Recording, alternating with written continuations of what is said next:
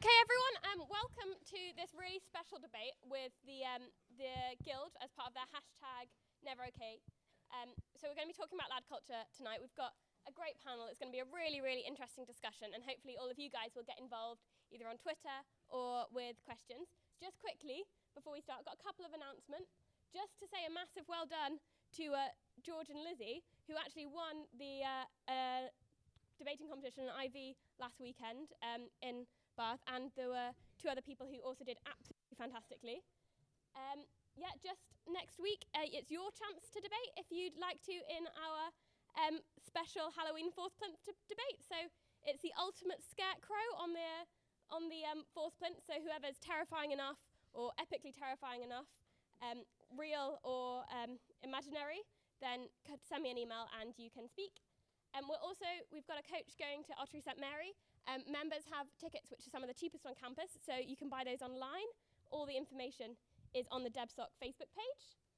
And save the date for the Christmas ball, which was on the 8th of December. It's going to be great. We've got big band playing. It's going to be a really, really good night. So yeah, without further ado, hand over to Lewis to start the debate. Thank you very much, Chloe. Well, welcome, ladies and gentlemen, and listeners around the world, to our 6th debate of the year.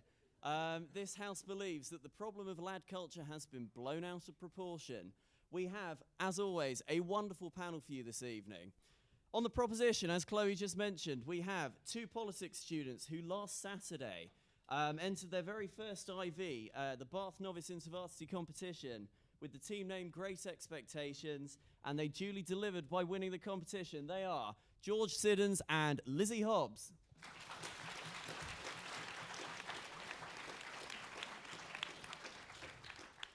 And speaking first for the opposition tonight, we have the head of communications from the Women's Resource Centre, who is a popular author on feminism for the Huffington Post, Natalie Geit.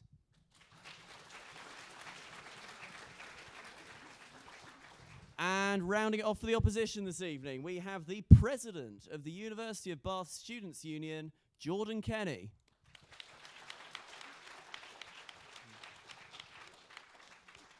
So I shall very briefly bore you with the rules because we have an extra specially large crowd tonight. We will start with a vote on conscience. That is where you can vote in favour of the opposition, in favour of the motion rather, against the motion, or abstain. We will then have four 5-minute speeches, one from each of our wonderful panellists tonight. We will then have half an hour of questions and answers where the best question wins this lovely bottle of wine, before two summary speeches, one from either side, and a final vote. So, the vote on conscience. If you believe that the problem of lad culture has been blown out of proportion, please raise your hand.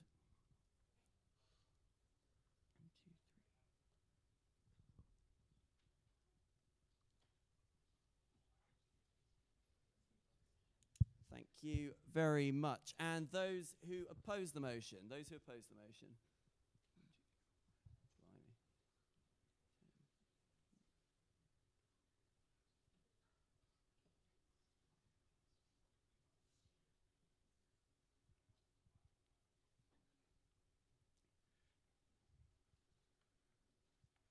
It's taken a while to count this. Okay, thank you very much. And those who are abstaining,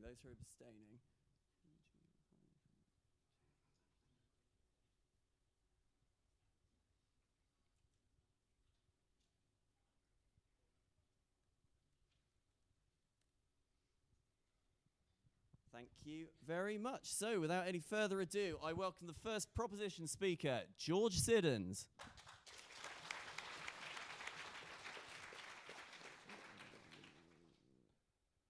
Okay, thank you, everyone. I'm going to talk about three points today. Firstly, the idea of the majority versus minority, and how actually the majority of so-called lad culture isn't actually that harmful, and the harmful stuff is actually being done by a very small minority of people. Secondly, I'm going to talk about kind of youth culture and how this is just another stage of youth culture which has been going throughout history, frankly. And thirdly, how lad culture is kind of acting as a scapegoat for problems that were already there. But before I go on to those points, I just want to make it clear from our side that we're not saying that lad culture is necessarily a good thing. We're not saying there aren't problems with it. We're just saying that we believe that the current kind of media hype about how terrible it is is an overstatement of the problems. But we're not saying there aren't any problems, just to get that one clear before I start. So the idea of the majority of people versus the minority of people, and the majority behaving actually in a good way. So for most people, lad culture is actually a very tiny part of their lives. You know? It's a small thing. I'm sure quite a lot of people here follow the Lad Bible on Facebook. For a lot of people, that's a small part of their lives. They scroll through their Facebook newsfeed, they see a couple of things, they might find some things amusing, they might find some things offensive, but ultimately they're not really influenced by what's going on in there. Most people enjoy only certain parts of it, like I just said.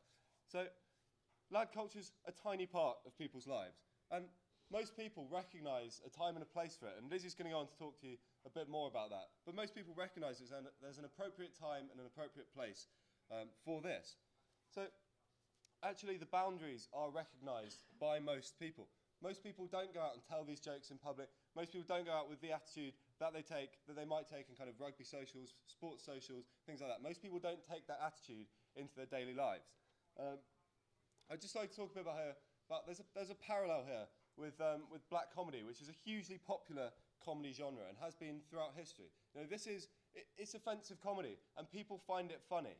I'm not saying that's right, but people do, and that's a fact. But the fact is with black comedy is people recognise that there's a time and a place for it. You know, comedians, when they stand up and speak, they recognise that that's a comic show. These aren't their actual views. So I think what I'm trying to say is for the majority of people, the opinions they might express when they're conforming to lad culture, they're not really their views. They're just kind of, it's a joke, it's part of comedy, it's part of their social lives. So for most people, their behaviour doesn't span beyond the appropriate boundaries. Now, secondly, I'm going to talk to you a bit about youth culture. So youth culture throughout history has always been about rebelling, about pushing boundaries, about fighting back against the norms. So we had the mods, we had the hippies, we've had all these groups, in which society kind of frowns on these groups, and they're just young people trying to push back, trying to push the boundaries. This is all lad culture is at the moment. So why is that relevant to this debate? Well, the fact is the youth culture is that. It's youth culture. People don't take this through with them into the rest of their lives. They grow out of these things. They don't remain part of the groups that they were in when they were younger, because those groups are just about pushing boundaries, fighting against stereotypes. So it's not actually as much of a problem as we make it out to be, because most people don't take this through with them into their adult lives. So, as I said, it's in the short term. And furthermore, not just that, it's not just in the short term for people's lives, it's in the short term in general. These youth movements don't tend to last a long time. Think about how recently lad culture's kind of come into the foreground. Think about how recently it's become a problem. And think about how long groups such as the mods, groups such as the hippies, think about how long they lasted. They don't last very long. Fads change, fashions change. So, again, for those two reasons, for the reasons that it's not long-lived in people's lives, they grow out of it, and for the reasons that it's not actually long-lived in the scope of history, it's not really that big a problem. Now, thirdly and finally, the idea of the scapegoat. So, the fact is, all the worst parts of lad culture, the kind of the chauvinism, the sexist jokes, the drinking, all of these things existed prior to being labelled as lad culture. Now, that means that lad culture is not actually encouraging these things. It's just a group that these unfavourable elements have attached themselves to. And that's unfortunate, because that's not, as I said before, that's not representative of the whole culture. It's just that these unfavourable elements have attached themselves to these groups. And the fact is, it's easy to sideline, it's easy to group people into a whole culture and say, lad culture is bad. It's much easier to do that than deal with the long-running problems that have been going through our society throughout history. Because it's easy just to say lad culture is bad, let's get rid of lad culture. But getting rid of lad culture won't solve those problems, because those problems are independent of lad culture. Thank you.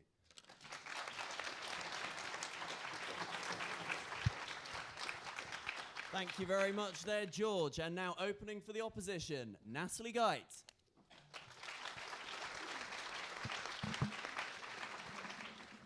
I'm going to remain seated, partly because I'm lazy and partly because I'm old, much older than everyone here. I'm quite intimidated by you all. So I am going to argue that it's not that it's blown out of proportion, but actually that its prevalence and its pervasiveness within our society is understated. So I'm going to tell you a personal story, and I was kind of thinking on the train here, like, am I really going to tell this story? Because I find it quite embarrassing. And what happened was about a year ago in the summer last year, I was walking with two friends, there were three of us, three girls, and we were walking on the Strand, very close to where the Lion King theatre is. And it was about 10:30 at night, so everyone's coming out of the Lion King, all these kids, all these parents. And then there's this couple of guys, I think they'd been drinking a bit, and they suddenly start shouting at us. They're like, "Oi!" I'm like, are they seriously talking to me? Like we look round, and the guy goes, "Oh yeah, you! I want to finger your bum hole." I was in the most shock you can imagine. I was outraged. I was embarrassed, and all these kids were standing. I mean, the kids were like in shock. The parents just stood completely still, not knowing what to do or what to say. And you know, this guy had just completely taken away some kind of dignity from me. And I didn't know what to say, right? And I didn't say anything because he would have just laughed even more. He would have belittled me and probably even harassed me even more. So I was in this space where I was kind of trapped, you know, and then I was also very ashamed that I hadn't said anything. So it was just a really awful situation to be in. And that's just the one that sticks with me. I mean, it's happening every day. This morning I was walking up my street and I crossed the road 3 times because there were groups of builders on every side. And, you know, it's not necessarily that they're going to call out to me, but very often they do, and I just feel really uncomfortable. And it's not that they're going to hurt me, but it's just really uncomfortable, and I don't know what to do or what to say. I want to say something and I don't. So, you know, and it's really pervasive. It's not just to individual, it's not just by individual men, it's happening all over. All you have to do is go on Twitter and search for the hashtag everyday sexism. It's massive, and it's the norm. And you've got to think, like, if I don't say anything, and if actually most of it, I don't even remember it, that happens on a daily basis, we just start to internalize it. And what happens is women are constantly reduced, and that's really over at universities as well. So the NUS did some research recently into lad culture, and they were saying how it belittles, it dismisses, and it jokes about rape and about sexual assault. And you've got all these club nights, and when I was at university, I think 8 years ago doing my undergrad, we had a night that was called like Pimps and Hoes, and now apparently there's like slag and drag, CEOs and corporate hoes, rappers and slappers. Like, I'll give them that, they're pretty inventive, but it's not okay. It's always this role of the man in his place with power, and the role of the woman is kind of like the tag-along hoe at the side. And, you know, it's not just about women, it's also with this whole lad culture thing about working classes and those living in poverty. It's about gay and lesbian individuals and transgender individuals. The way that they belittle other people is part of our culture, and it's okay because we don't say anything and we internalize it and make it part of our culture. Jokes don't operate in a silo. They're part of who we are and the way we interact with other people and see other people. And the thing is that lad culture is not a binary. That's why this motion exists in the form it does. It's not a yes or no answer. We know it exists. And the point is that it puts all of us on a spectrum. And you know, a casual joke about sexism or racism is one way down the line. And I know that rape is way, way, way down the other line, but it's part of a spectrum. So if it's okay to kind of say, oh yeah, I want to do whatever, then what's the next thing? And I'll give you another example. When I was an undergrad, I got my bum pinched, and it happened all the time. It used to really piss me off. And someone pinched me in a nightclub, and I turned around and I pushed the guy, because, you know, I was pretty bolshy when I was like 21 or something. And the guy hit me. He punched me in the nose, and blood went everywhere. And the point is, like, it escalated really quickly. I was like, wow, clearly I was shocked because I just got hit. But it went from a pinch to a punch, like that.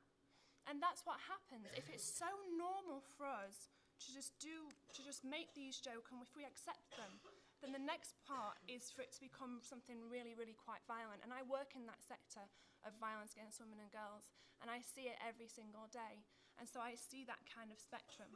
So what I would put to you is not whether it's being blown out of proportion, but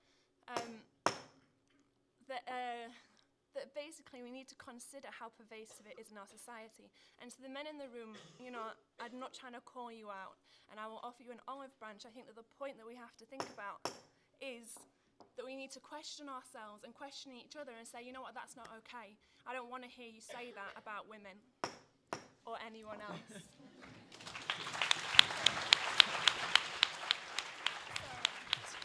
Thank you very much, Natalie. And now to close for the proposition, Lizzie Hobbs. I slightly feel as a member of a university debating society that I'm slightly out of my depth when talking about lad culture, but I'm going to try and attempt it. We just want to reinforce that we're not saying that it doesn't exist. Clearly, anyone that knows a rugby team knows that lad culture exists, but we're just saying that the extent of it has been blown out of proportion in terms of the things that have happened in the past and within the terms of our culture. My points will basically be the stayed young, technology, and the fact that we're having this debate in the first place. But my first point is the stayed young. An article in The Economist last year was discussing that we are the generation of hard-working, straight-laced kids. There were stats from all over the world that emphasise this opinion, that actually our generation is probably one of the best in the last 100 years. All of the stats point to the drinking less and working harder. The ONS's General Lifestyle Survey showed that from 1998 to 2010, in 1998, the proportion of 16 to 26-year-olds that admitted that they had drank in the past week was 71%. By 2010, it was 48%. There are equally stats that show that there's been a massive decline in the last 5 years in heavy drinking amongst young males. And all of this hints towards the lad culture that, the stereotype of the drinking males is actually on the decline. There's also, if we consider the societies of the 70s and the 80s, football hooliganism and things like that, this is not a new problem, but actually we're arguing it's a problem that's declining, not existing, but declining. In higher education, there are a third more people, and therefore, if you're spending money on your education, you have less available money to drink than the past, when people were working at the ages of 18 in a job, had more available cash. If you're paying £9,000 to go to university, the statistics show that you're more likely to work harder to fit into a competitive workplace. And The Economist last year also said that because we have a generation of greater equality, I'm not saying we're completely equal, but greater equality, there's less value now being put on antisocial teenage machoism, and therefore the motion is perpetuating that it is on the decline. My second point is technology. The fact that we have social media these days means that it gives a disproportionate representation to this handful of individuals. It's more visible and more accessible on the media, but that doesn't mean it's more existent. The same things could have been happening to the greater or same extent in the 80s, 90s, but it was just not so obvious and not so visible. These are small pockets of people, but they're being classed under a massive umbrella term of lad culture that encourages great scale and differences, and actually it is a very small number that adopt the kind of extreme lad culture that the media is representing. The whole definition of a lad is going to be loud. You want to be visible, and therefore in the media, things like this, in technology, it is overrepresented. And my final point is going to be the fact that we're having this debate in the first place. The fact that universities are becoming more attuned to misogyny, things like this, that it's no longer so accepted, that the LSE rugby club has had to be disbanded because of comments they've made about women, actually shows that the issue is on the decline, because the fact that we're now addressing it, and therefore we feel that this is actually a positive step forward, showing that lad culture is not so accepted and not so valued in our society. Last year in Durham, St Cuthbert's Rugby Club were under a lot of controversy for very inappropriate comments about women, but they apologised and then set up a forum of debate with the Durham Feminist Society where they tackled the issue of sexual violence and the links between lad culture. Things like this show that the issue is being addressed, and therefore that is a positive step forward. And for these reasons, the stayed young, we're drinking less, working harder, technology being a disproportionate representation of lad culture, and the fact we're having this debate in the first place, we urge you to propose the motion. Thank you.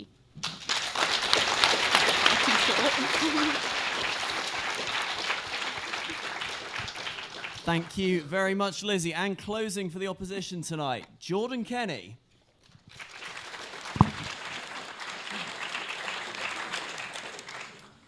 So, I think it's quite an interesting proposition in the first place that we seem to be able to discuss lad culture quite as openly and almost frame lad culture to each and every one of you in the same way. when in itself it's a culturally infused behavior which is different to every single one of us.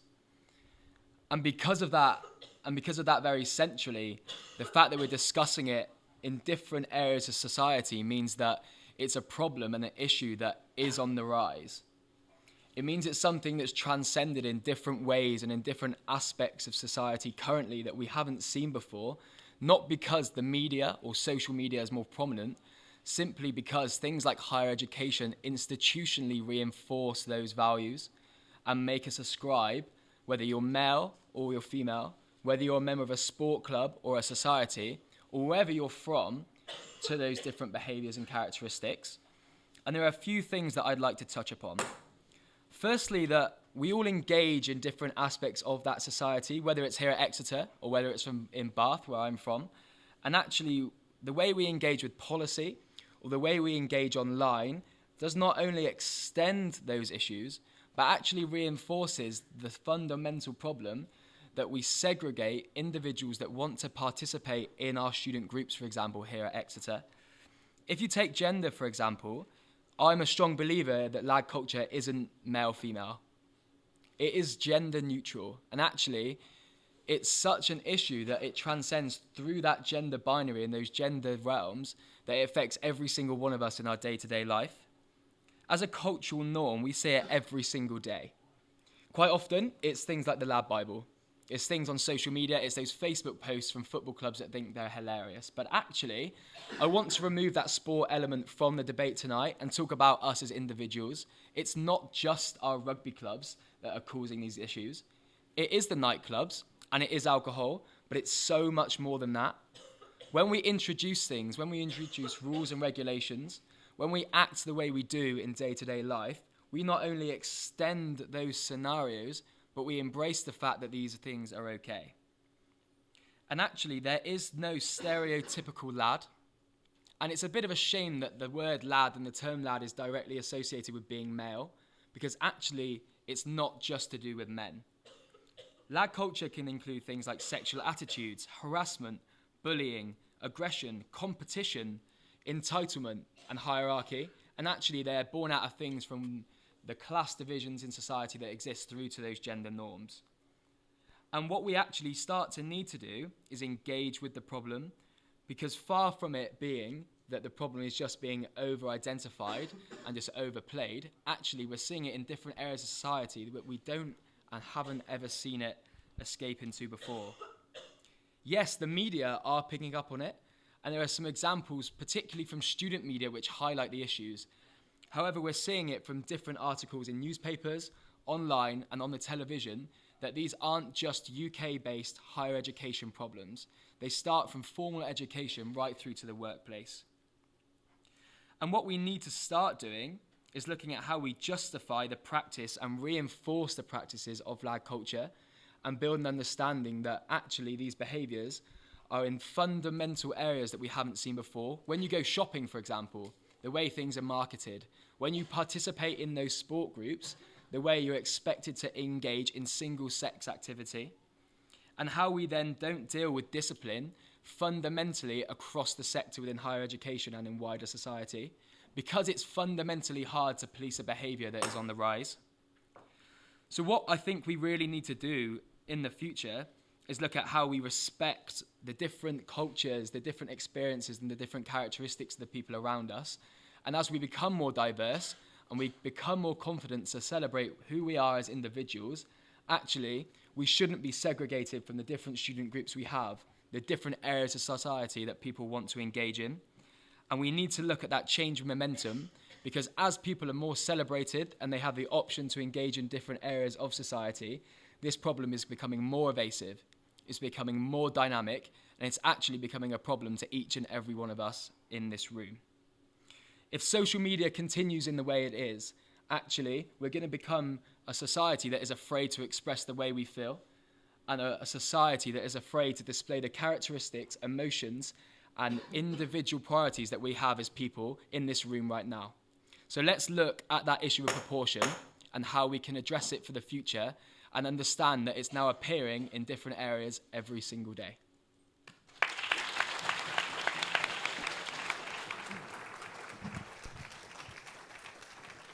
Thank you very much, Jordan. 4 wonderful speeches there, I'm sure you'll agree. Now it is time for questions and answers. This is where we throw the debate out to the floor.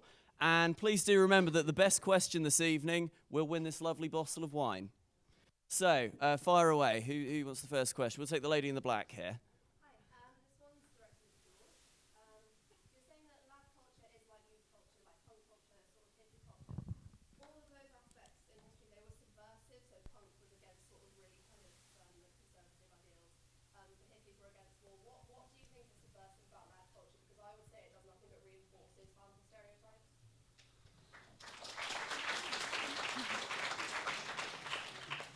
Okay, well, I mean, I think the fact that so many people in this room voted against this motion shows that there is an innate disapproval directed towards lad culture. You know, the rhetoric of the opposition say kind of blaming it seemingly for everything bad that they could think of. There's clearly a disapproval directed at lad culture, and I think that's been the same across, like I said, across all youth movements. It's the idea of doing something that's disapproved of rebelling against what society is telling people to do. That's what youth movements are built on, and I think it's the disapproval that people direct at lad culture that really kind of drives people towards it and drives it as a youth movement in a way. And I think that's the parallel between the youth movements I talked about in the past.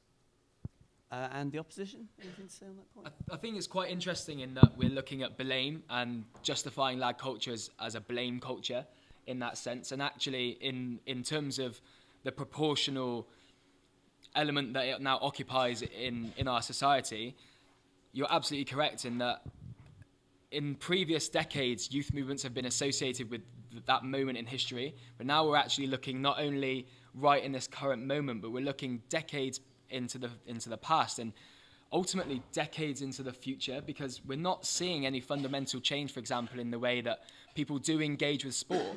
They've done it for years and it will continue in that way for years. And we're not utilising lad culture as a way to justify blame. We're actually looking at phrasing it in a way that people now understand and they can engage with. From the people sat around here this evening that understand maybe the concepts behind misogyny, right through to those individuals that don't ascribe to those values but can understand that alienating people from society is a problem. And we're not blaming, we are trying to educate. But actually that means that we're recognising more instances of the behaviour that's right here in front of us. And Natalie? I want to say that I find you to be completely right, that this is about the privilege that already exists is sort of pouring out into our culture, and that in previous decades there has always been the privilege and then those who wanted to fight against it. And as social mobility kind of starts to change, women get more power, various factions of society get more power, there's much less of a kind of fight the power because we're kind of getting it anyway. So what I see lad culture as is the actual powers that be, the most privilege, and from how I see it, it's mostly white middle-class men at universities who are getting a good education and who have money, who are perpetuating this and purporting this. So it's kind of like their backlash, like, actually, well, you're a slag, and you're black, and you're this. So I see it as those in power finally kicking back, like, damn, we're almost being beat, like, or we're actually under threat. Let us push back. Thank you very much. We'll take our next question. Okay, we'll take the next question, then we'll have someone run the mic up to you. So don't shout out quite yet. We'll take the gentleman in the white top on next to the aisle. Yeah, you sir. Yeah, I've got it. There you are. Cheers, the bloke in the white, right up the back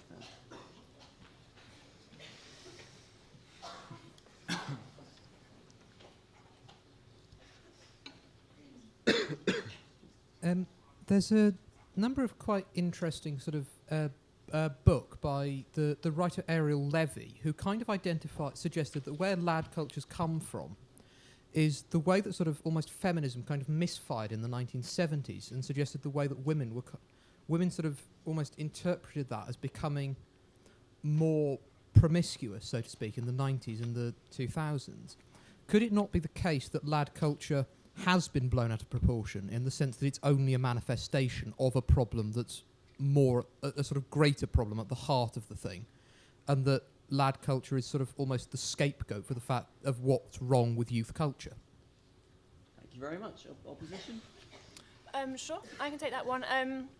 If I understand what you're saying correctly, and I'm sure that it's quite an in-depth book and it's quite hard to wrap up in a sentence, so I'm trying to get a sense of what you're saying.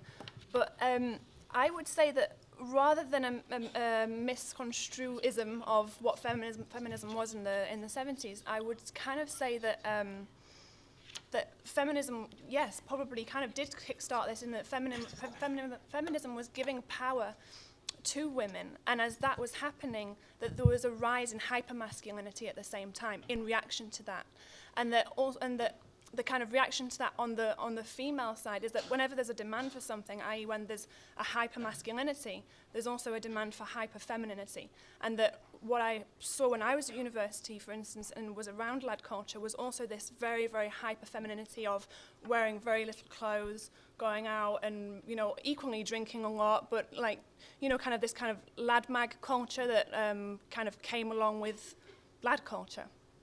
So I would say, I wouldn't exactly blame the feminists, but for me, I would say that feminism opened the doors to a wave of power for women, and that in response to that, there was this hypermasculinity, which we're seeing coming out in lad culture.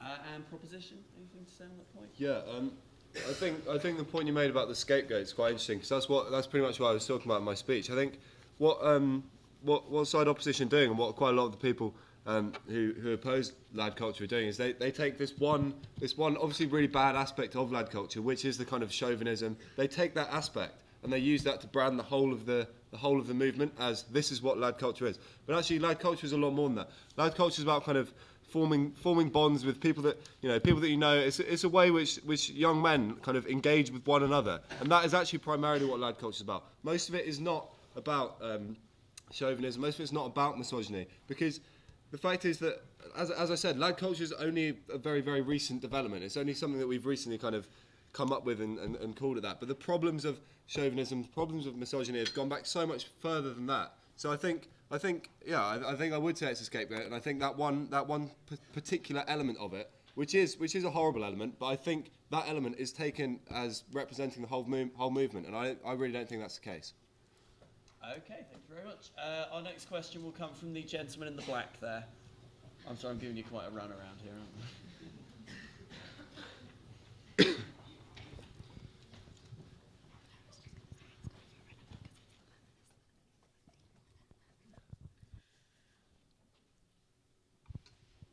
Oh, there we are. No, there he is. Yeah.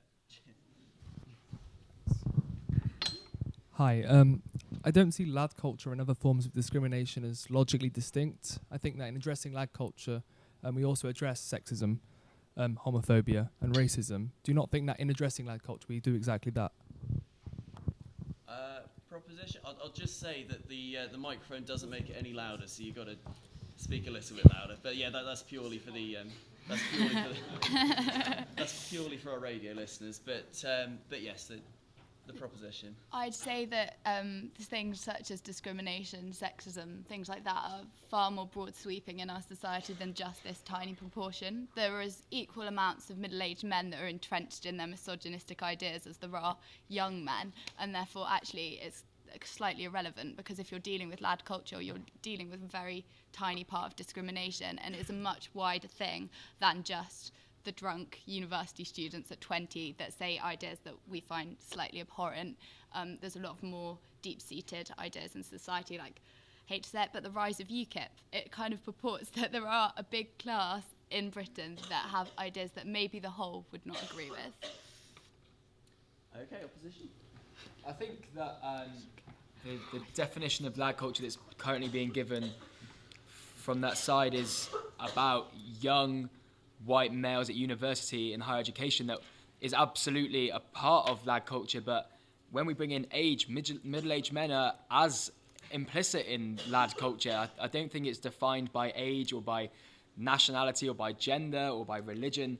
Actually, we're talking about a behaviour here, and when we start to unpack that, we talked about different forms of discrimination in society, whether it's that racism or sexism or whatever it is. Actually, they're created individually by each of us differently, and that means that one of you in here might think it's just young men in higher education, but actually across the country we're looking at a movement of individuals who think that it's okay to discriminate regardless of that individual's background from a certain activity. Maybe it is a young Muslim girl that wants to go swimming, and actually they're worried about the perceptions that men will have of them when they're there. Or equally, maybe it's a young man who's worried about joining gymnastics or the debating society because they don't like the fact that the prize for the best question is a bottle of wine and not a soft drink. Like, actually, there are bigger issues around lad culture than simply minorities of individuals, and that's something I think we need to bear in mind when we're looking at these issues more widely. Can I just? Yeah, absolutely. I think it's very easy to say that there's a lot of problems with lad culture if you define it in the broad way that they're talking about. They seem to be saying that lad culture is just every form of discrimination that's ever existed and that ever will exist. And that really is what we mean about it being blown out of proportion. Lad culture doesn't represent racism, homophobia, sexism. It doesn't represent all of those things and all of those things for the future and all those things in the past. It's very easy to say that it's a problem when you define it as that. But actually, like we've repeatedly said, that's not what lad culture is. That just happens to be the unfortunate fact that there are elements of those views that attach themselves to lad culture. It's very, as I said, it's very easy to say it's such a problem if you say, well, it doesn't matter about age, it doesn't matter about this, it doesn't matter about that, because lad culture is just all these problems that we've listed. And if you define it as that, then yes, of course it's a problem, but we really don't believe that that's what it is. Okay. But then I'm quite interested by your definition, which is around bonds being made between people. I think that's friendship. I don't think that's that's anything more than just people being friends with each other. I did read the NUS report into lad culture, and that was talking about a drinking culture. It was talking about this kind of societal culture in which people are coming together in groups. They called it a pack mentality, and specifically around drinking and around kind of putting other people down. That's how I'm defining it, and I'm not sure that everyone is, but, I would say in some senses that does transcend into some other areas of our society in that it has similar nuances to it, the kind of middle-aged guys or whatever. But, maybe more specifically, that kind of drinking culture within societies and that whole kind of putting people down kind of thing. That's how I would put it. Thank you very much. We'll take our next question from the lady in the white there. Given that this campaign, given that this debate is running in line with or in conjunction with the Guild's Never OK campaign, do we think that campaigns such as Never OK are an effective way to tackle situations such as lad culture within higher education, or do they just add hype to the problem? Who wants to go at that first? Should we get opposition? Sure. Do you want? You can start. Okay. I think campaigns are always good in some sense, because I think it's good to give shed a spotlight on the issue, and I would completely disagree with my opponents in that I don't think that these kind of campaigns and that social media is hyping the problem, but that it's finally shedding a light on what's actually happening within our society. The problem with campaigns is just getting them right. For instance, there's this the campaign that Emma Watson has fronted recently, He for She, and I find it so problematic because it's not really getting to the root of the issue. Are we really nailing down to the way in which men and women are interacting with each other? No. We're just asking men to sign a pledge on the internet to say, I'm going to do all I can. Well, what does that mean? What does it mean to do all you can? Let's talk about this. Like, what is masculinity? What is femininity? How are we interacting with each other? How are we going to question each other when this whole kind of, when oppression kind of rears its head within lad culture? How are we going to deal with that? I think that a lot of campaigns, I don't know about the specific campaign that you're talking about because I'm not at university anymore, but I think that we've got to get it right, and I fear that often they don't. Proposition?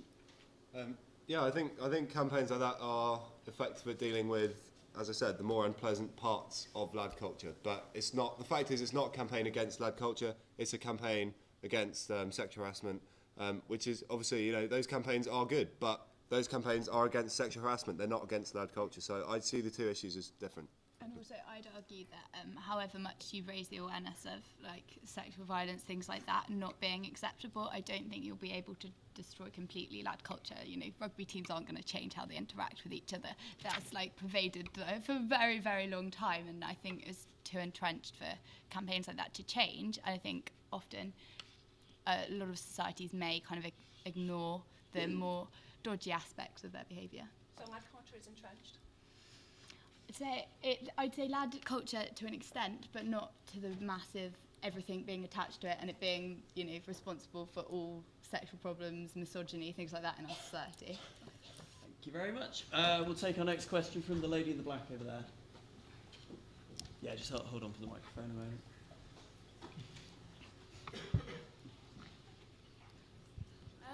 I think a lot of quite valid points have been raised about discrimination and misogyny. But if we think people have died trying to drink more than their friends, etc., there's quite an obvious health risk. I don't know how we can say that it's not been, or it has been blown out of proportion when there is such an obvious health issue with this. Lad culture, whatever that is, but drinking more than your friends, trying to down sick, and ugh. That, to me, just seems a bit of an odd one. Okay, proposition. I'd say this isn't a particularly new problem, and actually all of the stats from all of the reports are showing that our generation is drinking a lot less than in the past.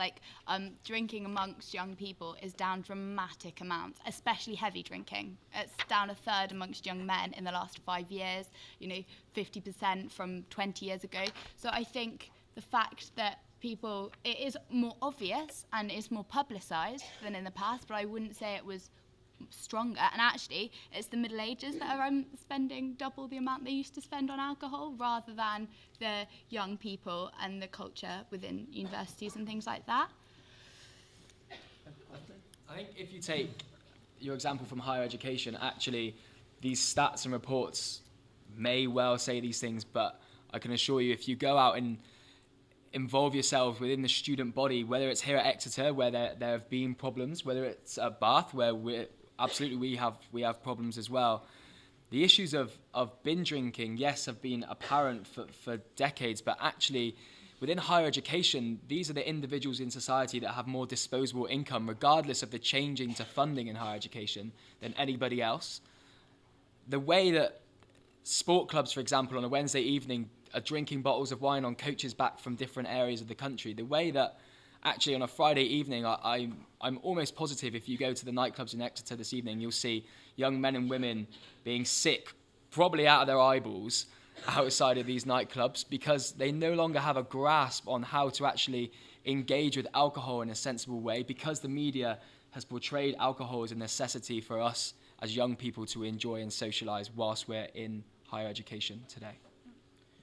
And I would add to that although spending on drinking might be down overall, that within universities, if you speak to people, maybe your parents, my parents, well, they didn't go to university, but people of my parents' age who went to university, they will not relay this kind of experience of heavy drinking that happens now. And I would agree with you, if people are dying, how can we possibly be blowing this out of proportion? People are killing themselves. Thank you very much. We will now go to the gentleman in the blue top there. British lads abroad, whether they're football supporters or people on their stag nights, indicate that the world perceives that there is a problem? And is it a uniquely a British problem, or is it a global phenomenon? Very good question. Opposition?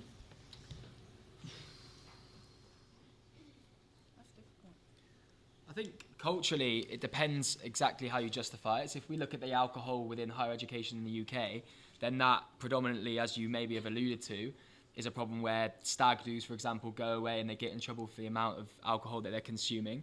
But actually, in different ways, if you look at the hazing issues in the United States, it's not predominantly around alcohol. It's about those discursive behaviours which serve to alienate individuals from them continuing to participate in those groups. If you look at different areas around the world, maybe there are other issues, and actually we can't define them strictly by nations, but we can do it by the culture in where we are. And it's not that we're blowing it out of proportion. It's now that it's being highlighted for those different nuances among the system. So maybe it's alcohol here. Maybe it's how women are addressed in different countries still, not only around the world, but right here in the UK. Or maybe it's just the different ways that we react and deal with those issues, and then they're portrayed more widely. I don't think it's an issue of them being blown out of this proportional state. Actually, it's that we're now recognizing these issues and we're understanding them, and they're being understood in the way that they should always be framed. Proposition? Anything to add on the point? You don't have to.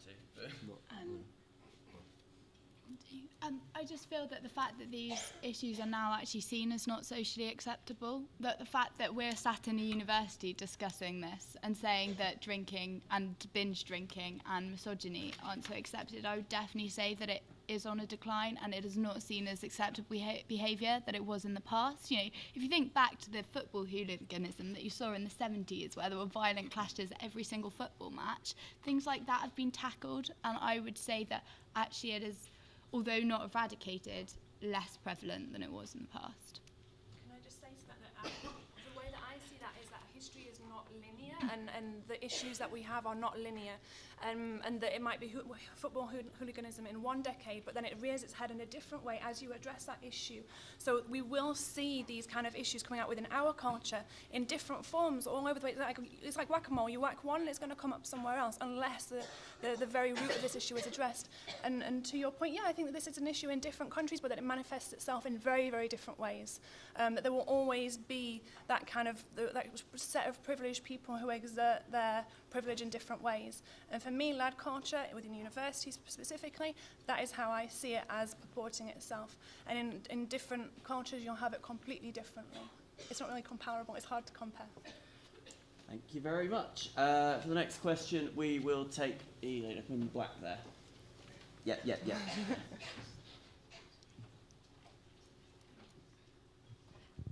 Given that the proposition has acknowledged that lad culture does contain misogyny, given that the opposition has said that lad culture rears its head in different forms, how is it that the proposition can say that lad culture has been blown out of proportion, and how has Jordan from the opposition been able to argue that it's gender neutral when it is actually male entitlement in different forms?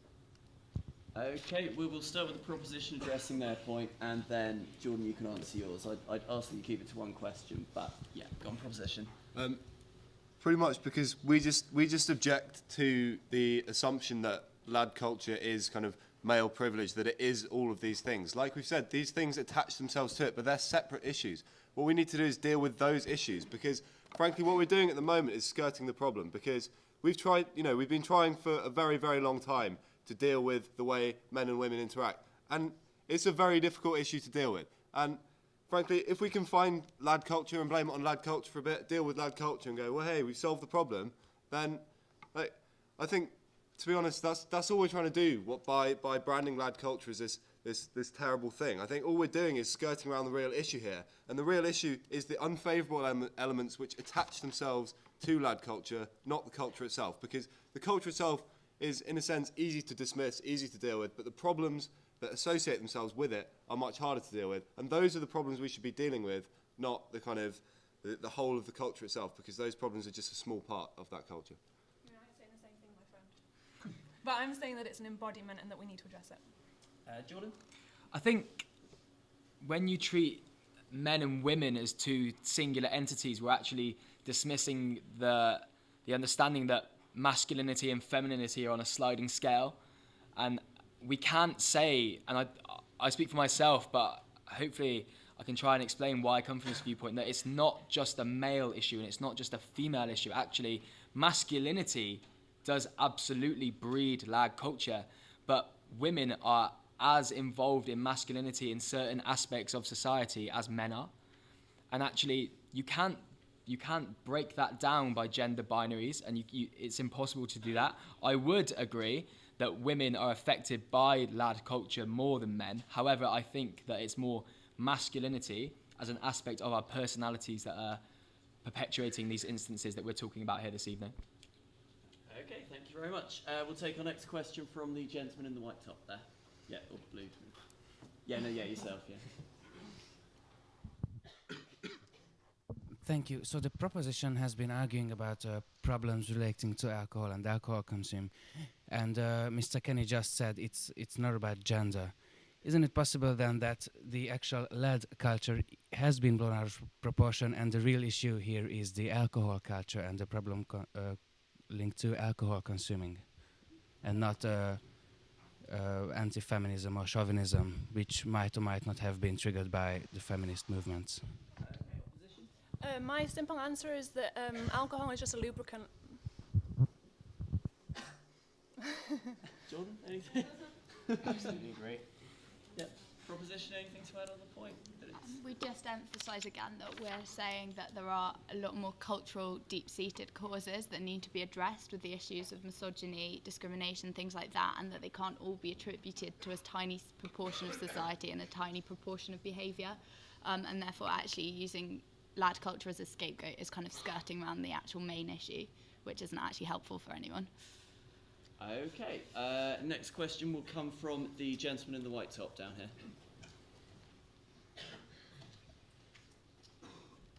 We've heard a lot about how lad culture is ingrained in sort of societies and groups of people at university in particular. Do you think that with the continued existence, inevitably, of sports societies, of various societies at university, these sort of cultural cliques are always inevitably going to emerge, whether it's lad culture or whether it's something else? Do you think it is possible to ever stop that happening? I think you're very right, and I think it's very interesting that the London School of Economics their sports teams were being sponsored by KPMG, and that KPMG recently pulled their funding in the wake of this explosion of lad culture. Not that it was not happening anyway, but just that the media got hold of it. And you're right, what happens is that these groups of individuals come together at some point, possibly at universities, and that they're recruited into KPMG, they're recruited into our governments, into our major institutions, into our banks, into our media, and that they run our societies. And so that's, I keep saying that this lad culture, we can't overemphasize it. It is part of our culture, and then it permeates itself into all of our institutions, because those people get recruited. Okay, those young men who are at LSE University who are calling women sluts and whores and whatever else, they are then being recruited and they are working in major institutions, and then we look at the hiring rates and who's being hired, and they're recruiting in their own image because they've always been around their own image and they're biased towards their own image. And then we wonder, why the hell aren't women and blacks being recruited? Well, because those very privileged men are then going on and running our country. So I would say, yes, these cliques exist, and they won't stop to exist, even if we get rid of lad culture. But it's one way in which we can try and deal with it. We can try and get rid of it, we can try and deal with it, and then we can try and go to the roots and hope that we therefore eradicate it all over. Proposition?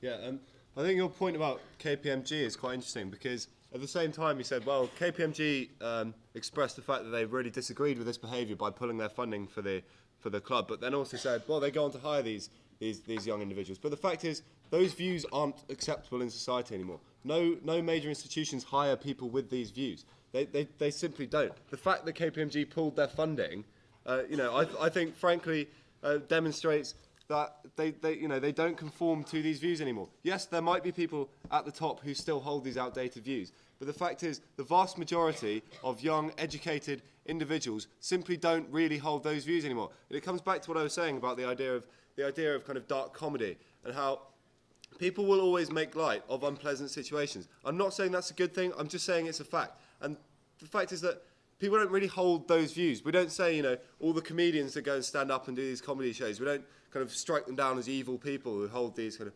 fascist views. We appreciate that they're joking and those aren't actually their views. So I think the fact is it's all about how we feel that we engage with lad culture, because most of the time people don't conform wholeheartedly to those views. And if they do, they are sidelined, and that shows that society doesn't approve these views, and that these views are becoming increasingly, they're increasingly diminishing. I would argue that the furore as well over the LSE case kind of shows that it is not seen as completely acceptable, that the fact that it was all over the media and completely abhorred kind of indicates it was students themselves as well that submitted the list of the terms that the rugby club were using. But I think there is also this stereotype of sports societies which slightly angers me, because there is lad culture within sports societies, but for every kind of drunken sports night, there are people who work incredibly hard in their sport and train incredibly hard, and therefore to brand all sports people as part of this cultural unacceptable, I find a little bit ridiculous, because if you walk up to the sports park any day this week, you'll see people training incredibly hard, and it's always the sports people that are criticised. You know, there are as many people in the boat club that don't drink at all as the ones that in the rugby club that get very drunk. People don't think that I'm trying to say that all sports people are like that. I play National League basketball myself, but I still find abhorrent lad culture that I've witnessed in my own students' union. And I find it really interesting that you say that no one really has these views, but you said yourself in the opening statements that people have these views, but they don't say them in public. You said that they keep it to themselves, they don't really go out there and say it. And just because the media got hold of one case, maybe 2 cases, it doesn't mean that it just stops. It just means that KPMG got wind of it once and they pulled the funding. But it doesn't mean that these individuals aren't going to get recruited in the future. I didn't say that people hold these views and just keep them private. I said people engage with it in a casual way, people engage with it in a way in which it's seen as a form of comedy. Like I said, it's just a form of dark comedy, which, frankly, that's existed forever and probably will go on to exist forever. I'm not saying people do hold these views and keep them private. I'm saying people don't hold these views primarily. Okay, well, time is moving swiftly on, so we'll take one more question from the lady in the white top there. And then if I could have the microphone back afterwards, that'd be brilliant.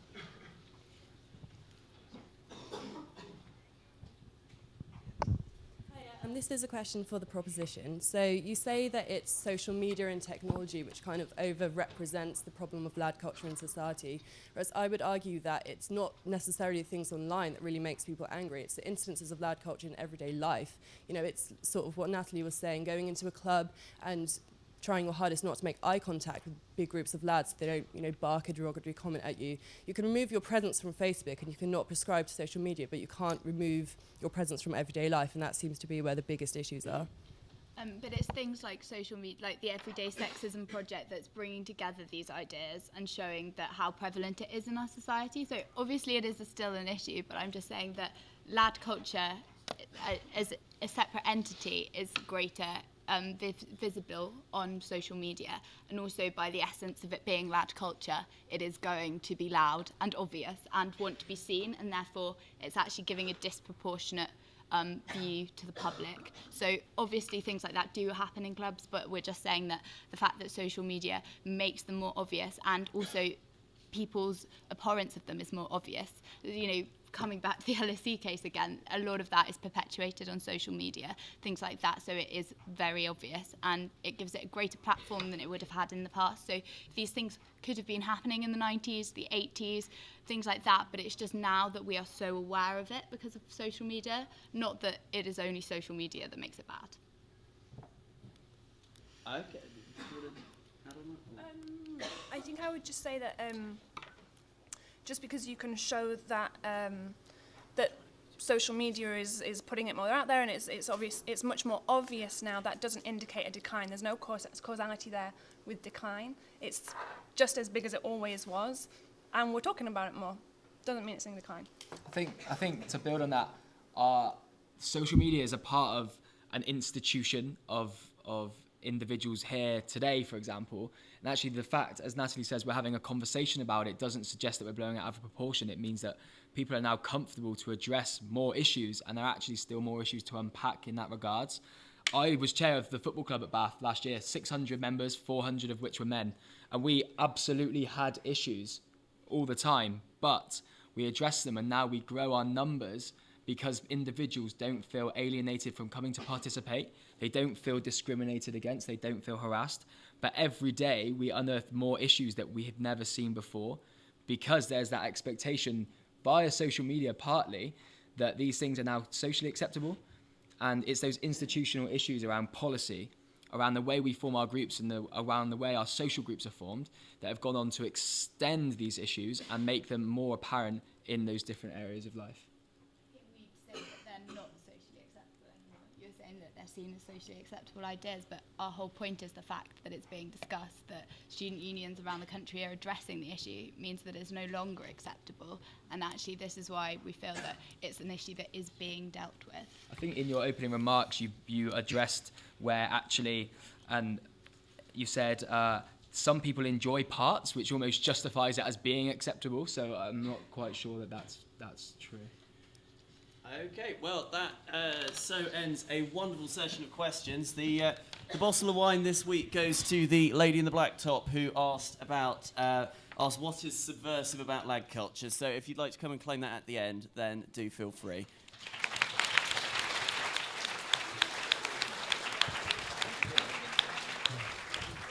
But now we move on to the two final summary speeches. So for the proposition, for 2 minutes, George Siddons.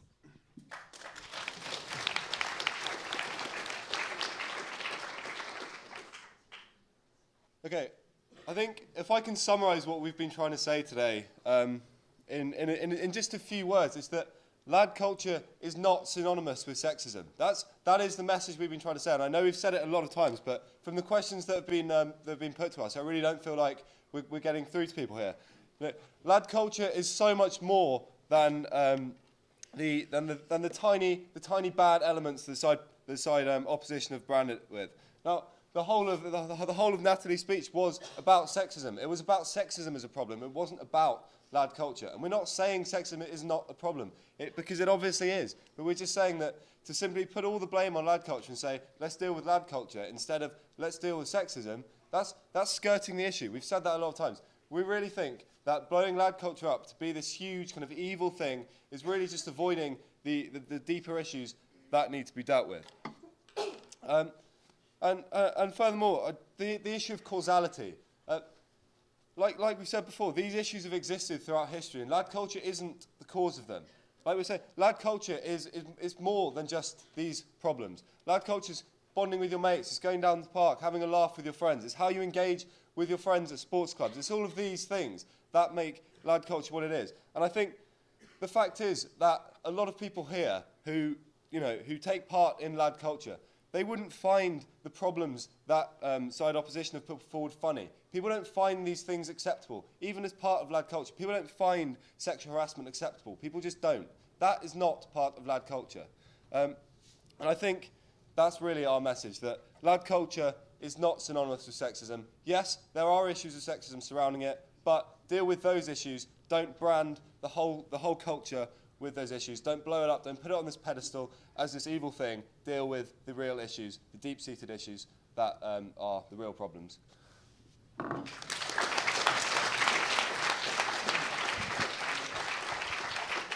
Thank you very much, George. And to summarise for the opposition, Natalie Geit.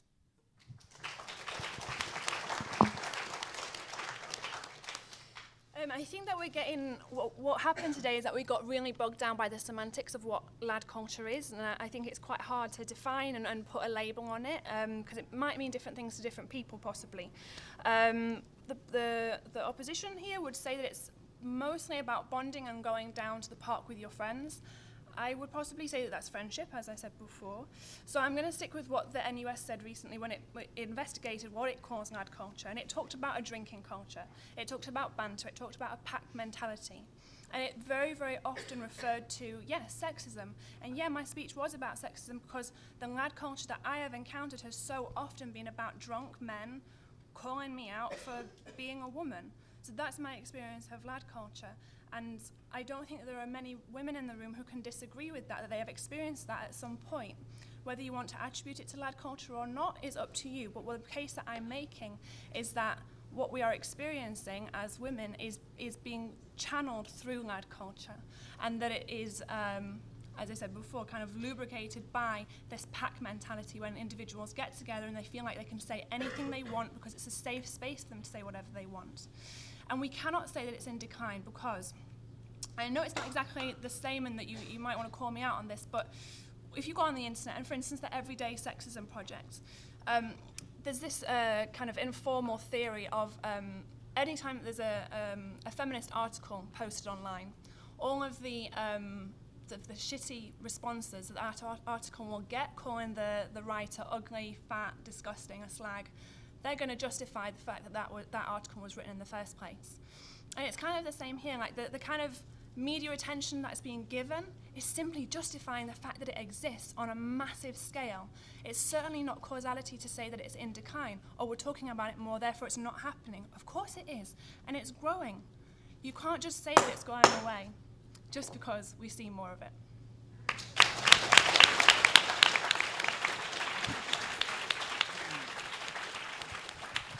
Thank you very much, Natalie. So all that remains to be done now is the final vote. Here you can vote in favour of the motion or against the motion, but please do not abstain. So those who believe that the problem of lag culture has been blown out of proportion, please raise your hands. It's going to be tight.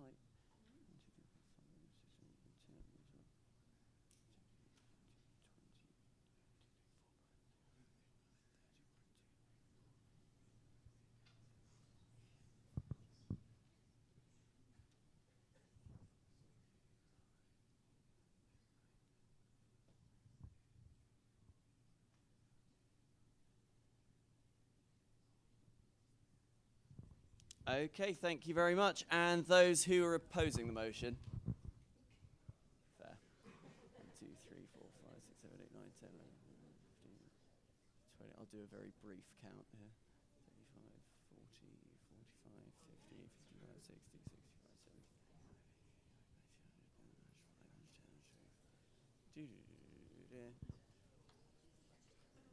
Okay, I can reveal that the winners of tonight's motion are the opposition.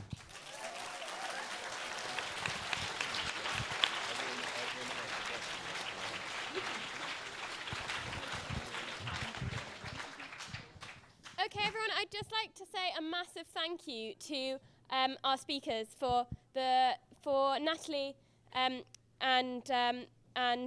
for Jordan for travelling down here, and for Lizzie and George, who are actually both freshers, and I think they did exceptionally well. So a round of applause for everyone.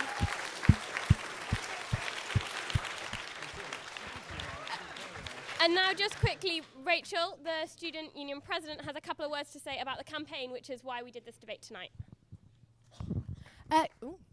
Thanks. Good evening. For those of you that don't know me, my name's Rachel Gillis and I'm the Students Guild President, and it was in conjunction with our campaign that DebSoc and XTV are here this evening.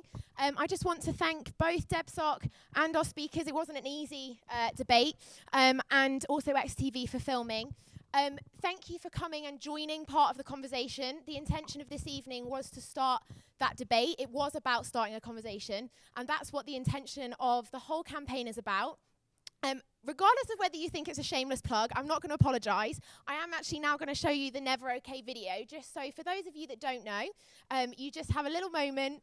I can hear a little rumble. You just have a little, you can have a little moment to see why you might have been joining that conversation. If you have any other queries, come and talk to the sabbatical officers. We'd love to kind of chat to you more about this issue and the wider issues that we are addressing with this campaign.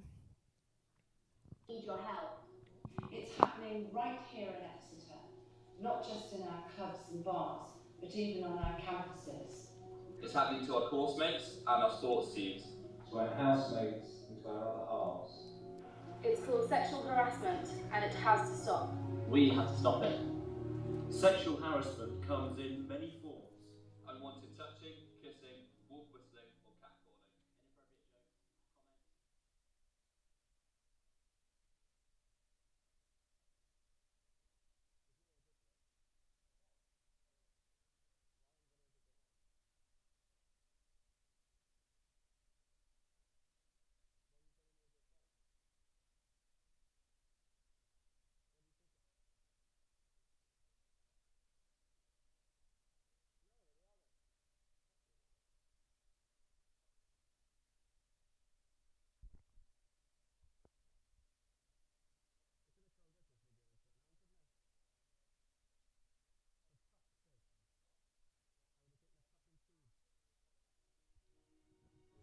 that is just one aspect of a lot of things that we were addressing this evening. And as I say, it is part of a conversation.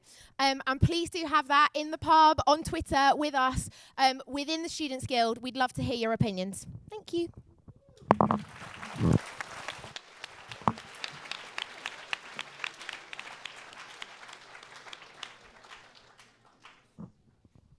Yeah, and on that note, we would all invite you down the pub. We'll see you there.